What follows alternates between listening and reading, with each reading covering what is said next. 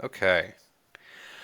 All right, this is the third section, and this is one that I added because I really wanted to make sure that I specifically kind of call out specific problems like this called two-body pursuit problems, where basically this is like a chase problem where two things are chasing each other. Typically, one of them is accelerating, or in some cases, both of them can be accelerating.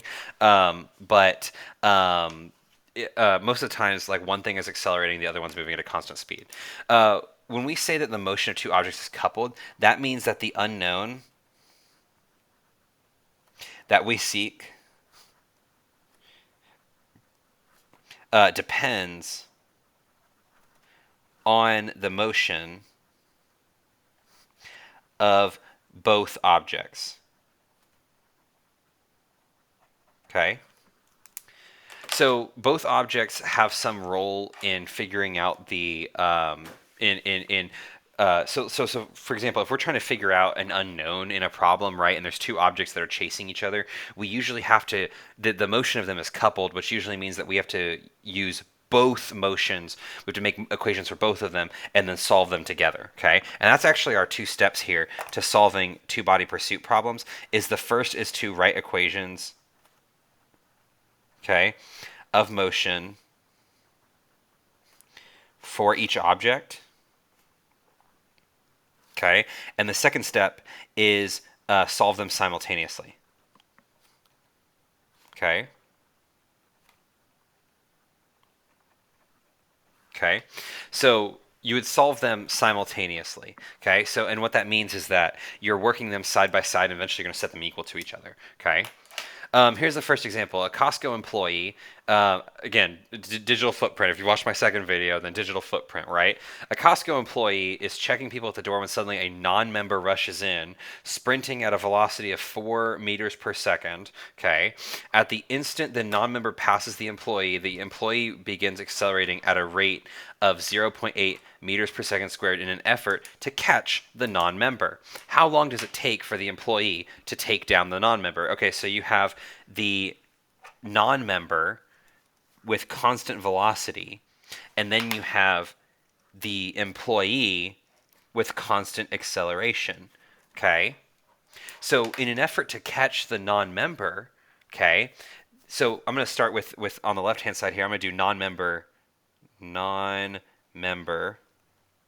okay, and then on the right side of this, I'm going to do employee. And you're going to see I'm leaving the center blank intentionally, and I'll show you why. Okay. The non-member. Well, what type of motion are they exhibiting? The non-member is doing constant velocity. Okay. Meanwhile, the employee is doing constant acceleration. Okay. So if we were to write an equation that defines their position, because and position is the is the best one to do for this. Why? Because if the employee is going to take down the non-member or tackle him, then wouldn't you be able to say that their positions would be the same the moment that the employee tackles them, right? That makes sense. It wouldn't make sense for him to be able to tackle him from 10 meters away. No, he has to be right at him to tackle him, right? So I'm going to start with a position equation for the non-member. I'm going to start with x equals x naught plus vx naught t plus 1 half a t squared. And then the same for the employee. I'm going to write the exact same equation. X equals x naught plus vx naught t plus 1 half a t squared. Now here's the thing. There's terms in here that we can cancel out on both of these equations. Example, the non-member, well, first thing right off the bat is we're going to assume the initial position is the same for both of them, and it's 0. Let's just make our initial position x equals 0, make our life easy for us, okay? For the non-member, he doesn't have any acceleration, right? So acceleration 0, that gets canceled out. The employee doesn't have any initial velocity. He starts from rest. So that cancels out. So we're left with some really nice equations here where we end up getting x equals vx naught times t, okay? And for the employee, it's x equals 1 half a t squared, okay? Now here's what we're going to do. I'm going to now do I'm going to now do what's called coupling the motions. Okay. When I say coupling the motions, that means that I'm setting them equal to each other. This is a coupled.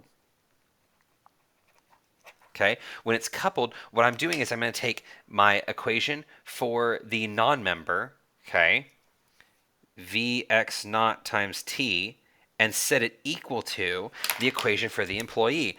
Because again, we said earlier, right, that their positions should be the same when he gets tackled, right? And you should notice, oh, wait a minute. Now this problem becomes so much easier because now you don't have a bunch of terms of time everywhere. You get Vx naught equals 1 half a t. And what you can do is you can rearrange for t first. Okay. If you rearrange for, oh, I didn't color code it very well. That's my bad, right? Okay. If you rearrange for t first, okay, you should end up getting a brand new equation that would give you t equals 2 Vx naught over t. Over a. Okay. And that would actually give you your result. You would just plug everything in. T equals 2 times the initial velocity of the non-member, which is 4, over the acceleration, which is 0.8. Okay, so that's going to give you 8 over 0.8. So it takes the Costco employee about 10 seconds to tackle the non-member. You can say that's pathetic, or you can say that's great. Completely up to you, okay? It takes about 10 seconds to catch the non-member. Okay, if you had me last year for Physics 1, then there was a problem on the Mastering Physics that was, what was it? There was a problem where there was a Cadillac, so it was a really interesting problem. There was somebody, it started with a irresponsible owner of a Cadillac who accidentally like forgot his parking brake or something, and the car starts rolling, um, um, it starts uh, uh, rolling towards a group of small children who are playing in the street.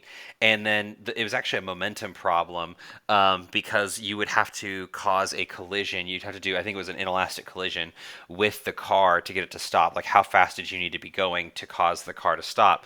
So I brought that problem back. We have the irresponsible owner of the Cadillac. He's back.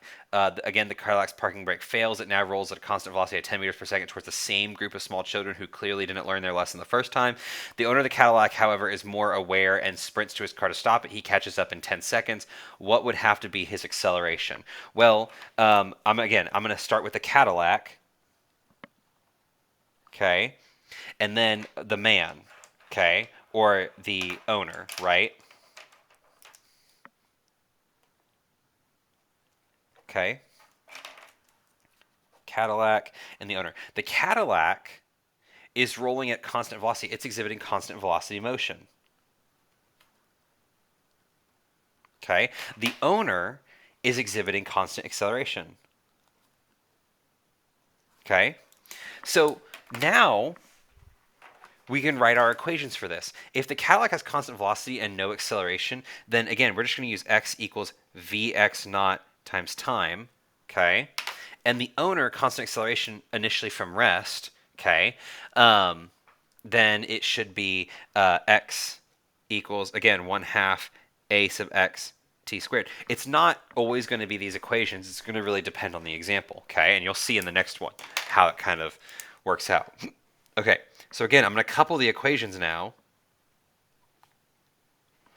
Okay. We do the coupled equations.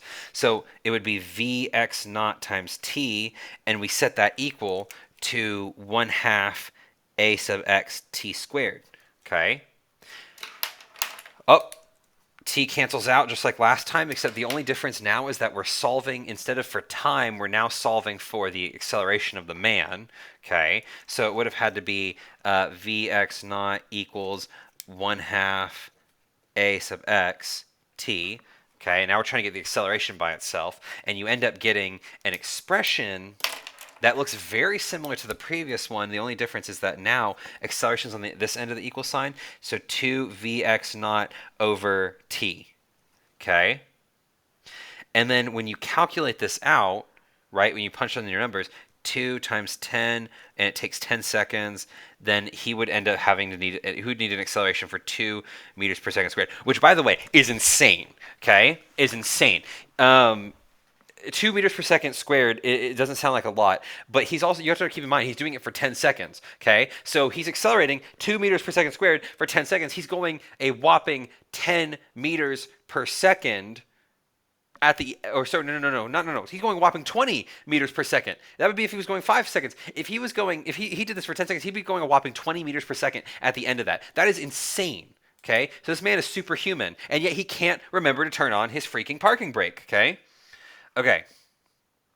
And in this example, I love this example because I wrote it. Obviously, I love it. Okay, it is as a last-ditch effort to destroy the moon Europa, Tanix, the Scarab that's from Destiny, sends the Morningstar orbital station into a fast descent towards the planet's surface. Tanix activates the thrusters on the Morningstar, causing it to go 5,000 meters per second when it enters freefall in Europa's gravitational field, where g is equal to about 2 meters per second squared. At the instant the satellite enters Europa's gravitational field, the Warmind fires a missile to obliterate the station before it strikes the surface. After 100 seconds, the missile destroys the Morningstar and Europa is saved. Tanix will return, however. Determine the acceleration the missile would have needed to save Europa. Okay, so there's the two objects that we're looking at here is the satellite, the Morningstar station, and so I'm going to do Morningstar.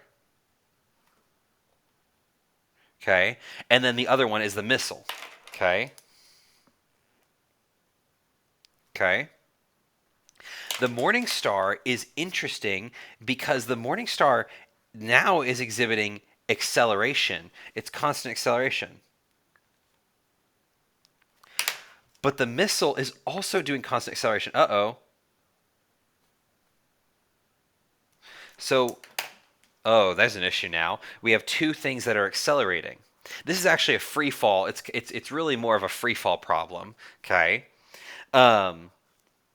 So it's really more of a free fall problem, and the reason is because, well, obviously it tells us it's entering free fall. So the Morningstar, if we take a look at that equation, it's going to be y equals y naught plus vy naught t, okay, minus 1/2 gt squared, okay.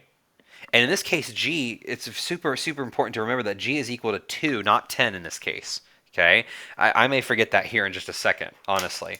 The missile, again, same equation, y equals y naught plus vy naught t minus 1/2 gt squared. Okay. Or you could do plus, that's fine too. You're just going to probably get a different sign on your answer. It doesn't really matter, okay? Now, if we look at the terms that we can cancel out, I'm going to cancel out y naught, but I can't do anything else for the Morningstar. I have to leave it like this. It has to end up being y equals vy naught t minus 1/2 gt squared, okay? The missile, on the other hand, again, same thing, exact same thing. Y equals vy naught t minus 1/2 gt squared. Actually, I'm so sorry. I should probably clarify too. This should also get eliminated. Oh, I didn't even color code. Man, I am a mess right now, okay? I am such a mess. Let's just scratch the whole thing out here and just do y equals 1/2 gt squared. Oh my gosh. Not g, a. Because the rocket, okay, will accelerate at its own acceleration to hit the satellite, okay? There you go. What a mess. You can barely see it next to my face here, okay? The face that I provide so that you know that there's somebody talking to you, okay? Ay. Okay. And then, of course, we couple them, okay? Couple those equations, okay? When we couple them, okay, we're setting, of course, this equation on the left equal to the equation on the right. So I'm going to do the blue one, vy naught t minus 1/2 gt squared equals 1/2 a sub y t squared. And you should notice right off the bat that you do have a term of time in every single thing, so we can cancel those out, okay? Make our life really easy on us, okay? And then you'll see that your equation now becomes Vy naught minus 1 half gt equals 1 half a sub y t. And really quickly, also 1 half of g, well, g is 2, and half of that is 1. So really, that doesn't even really do anything for us either. Okay, did you see how smartly I wrote this problem? Okay, I really was channeling John Frensley on this one.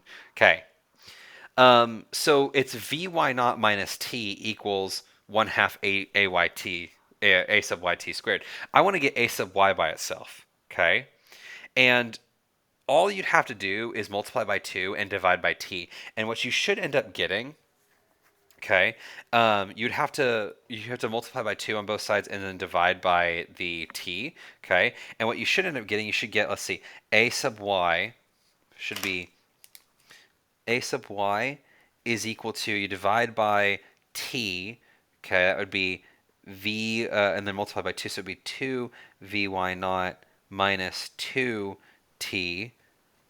okay, over, or I guess I could have, whatever, right? Um, and then this should be, and then divide by t, okay?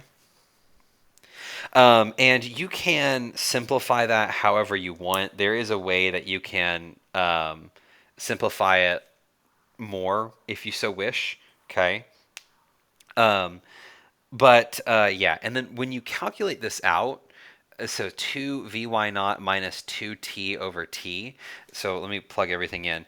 2 vy naught, where's vy naught? It should be, okay, 5,000 minus 2, there's a 2 times 100 would be 200, okay, over the time, which is 100 seconds, okay. So then that would give okay, 10,000 minus 200 is 800. Oh, sorry, not 800, 8,000. Okay, so it would be, or sorry, no, 10,000. No, that would be a really weird number. I got, anyways, let's just equal sign it out here. Should be 10, so 10,000 minus 200 would be 9,800. Okay, so 9,800 over 100. And you end up getting about, it should be about like 98 seconds. Or 98 meters. Sorry, it should be meters per second. 98 meters per second, okay? So it should be 98 meters per second squared, which is insane. It's an insane acceleration to have, right? That's almost, it's like 10, it's 10 times g, right? But that is a really strong acceleration to have. Okay, it could be negative if you wanted it to be. It doesn't have to be, but that's how that works out. Okay, okay. There's that. Have fun.